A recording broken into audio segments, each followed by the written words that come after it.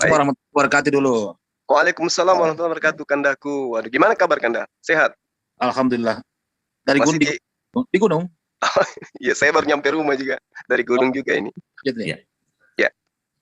Baik, saya tanggapi sedikit pertanyaan tentang yang tadi, solusi yang diberikan oleh Allah. Ya. Jadi gini, di dalam Islam, sebelum manusia itu dicipta, Allah memang sudah merencanakan. Wa iz qala rabbuka lil malaikati inni ja'ilun fil ardi khalifah. Jadi Allah sebelum menciptakan makhluk berupa manusia, Allah menyampaikan kepada para malaikat. Nah, rupa-rupanya penciptaan manusia ini itu berdasarkan rancangan Allah, makhluk yang akan dicipta ini memiliki kedudukan di atas daripada malaikat, di atas kedudukan daripada iblis. Meski dia tercipta dari bahan baku tanah. Tapi kedudukan kemuliaannya kemudian itu berlandaskan terhadap ketakwaan, ketaatan. Bagaimana kemudian makhluknya mengasihi Allah. Mengasihi dalam arti kata mentaati perintah-perintahnya. Lalu kemudian Al-Quran menerangkan, Bismillahirrahmanirrahim, wa qulil haqqu min rabbikum. Jadi segala sesuatu yang berkenaan dengan kebenaran, itu Allah sudah tuangkan kemudian. Faman sya'a falyu'min, wa man sya'a falyakfur. Yang mau beriman, tafadhal, silakan. Yang mau kufur, ingkar, silakan. Namun ada konsekuensi yang harus dipertanggungjawabkan nantinya. Sehingga para nabi ketika dia datang mengajarkan bahwa manusia akan diupah berdasarkan atas perbuatan masing-masing.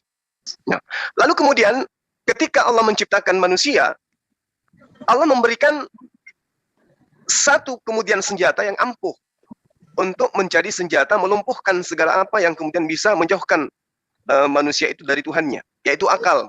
Lalu kemudian dibarengi dengan wahyu. Nah, di dalam konsep ini, umat Islam memahami bahwa dengan adanya cinta dan kasih sayang Allah kepada manusia, maka Allah kemudian memberikan ujian kepada manusia. Wujud daripada kecintaan Allah kepada manusia, Allah kemudian mendampingkan antara manusia dengan iblis. Ini wujud dari kecintaan. Nah, saya jelaskan begini. Andai saja manusia itu sama seperti malaikat, maka apa yang terjadi di atas muka bumi ini? Adam dengan segala macam keterbatasan dia punya, ya, akan berlaku kondisi Adam dengan keturunannya hari ini akan sama aja. Kenapa? Karena tidak ada karya, tidak ada karsa, tidak ada daya cipta. Karena tidak ada kemudian nafsu, tidak ada syahwat. Andaikan manusia itu sama seperti malaikat, maka kita tidak akan merasakan seperti kehidupan yang sekarang. Kita akan hidup laksana malaikat. Tidak berkarya, tidak berkembang, tidak memiliki daya cipta. Sehingga tidak ada kemudian kemaslahatan yang bisa kita lihat sama seperti ketika manusia itu dicipta lebih daripada malaikat. Andaikan manusia itu derajatnya sama seperti malaikat, maka manusia itu selamanya akan tunduk saja kepada perintah Allah. Dan tidak ada kemudian daya untuk berkarya, bercipta, menciptakan sesuatu yang kemudian memiliki daya yang berguna untuk kemaslahatan umat manusia. Sehingga manusia ketika diperintah oleh Allah menjadi khalifah, maka kita lihat saat sekarang, kita mampu memerintah apa saja. Tidak ada makhluk di atas muka bumi ini yang kemudian mampu berkarya sama seperti manusia.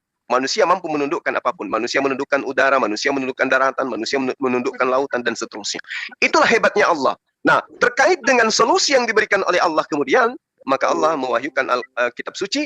Allah kemudian mengutus para nabi, mengutus para rasul, menjadi pembimbing bagi manusia. Makanya, siapapun nabinya, pasti ketika dia datang, apa yang dikatakan? Percayalah kepada aku. Dengan percaya kepada aku, kamu sama percaya kepada dia yang telah mengutus aku. Ati'ullah wa ati'ur rasul. Itu poinnya. Barang siapa yang mentaati Allah, maka dia pasti mentaati aku. Kalau di pengajaran Yesus, barang siapa yang mengasihi aku, dia pasti mengasihi Allah. Dan barang siapa yang mengasihi aku, Bapa yang telah mengutus aku akan mengasihi dia. Jadi solusi itu jelas.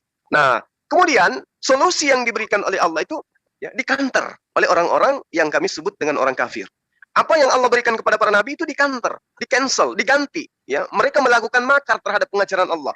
Yang tadinya Allah menerangkan bahwa perjanjianku itu kekal, apa yang keluar dari mulutku tidak akan kurubah, dan itu menjadi ketetapan selama-lamanya, itu dirubah oleh orang-orang yang kemudian ingkar terhadap perintah Allah. Yesaya 40:8 misalnya. Rumput menjadi kering, bunga menjadi layu. Tetapi firman Allah itu tetap untuk selama-lamanya. Tapi kemudian ada yang menggantikan firman Allah itu dengan cara propaganda yang berkaitan dengan pengajaran dari penguasa-penguasa pagan pada kala itu. Saya kira begitu dari saya, sekedar tambahan untuk menghilangkan rasa ngantuk saya.